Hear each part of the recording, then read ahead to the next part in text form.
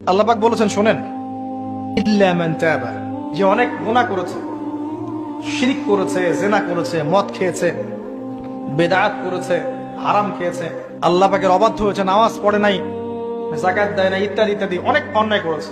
একদিন তওবা করে ফিরে এসেছে। আল্লাহ পাক বলছেন ইল্লা মান তাবা, যে ব্যক্তি তওবা করে ফিরে আসলো, ওয়া আমানা, এবং ঈমান নিয়ে আসলো, ওয়া আমিলা আমালান সালিহান, এবং এখন থেকে সৎ আমল করা শুরু করলো, হোক সে নারী বা পুরুষ, যে কেউ, যে কোনো বয়সের, যে কোনো বর্ণের, যে কোনো ভাষা, যে কোনো দেশের, এগুলো কিচ্ছু যায় আসে না আল্লাহ পাকের। ইন্নাল্লাহা লা ইয়ানজুরু ইলা আজসামিকুম ওয়ালা ইলা সুওয়ারিকুম ওয়ালাকিন ইয়ানজুরু ইলা কুলুবিকুম ওয়া আমালিকুম। আল্লাহ পাক শুধু কলব দেখেন, আমল দেখেন, রক্ত মাংস বর্ণ এগুলো দেখেন না। আল্লাহ পাক ফিরে এসেছে, ঈমান এনেছে, আমল সালেহ করেছে।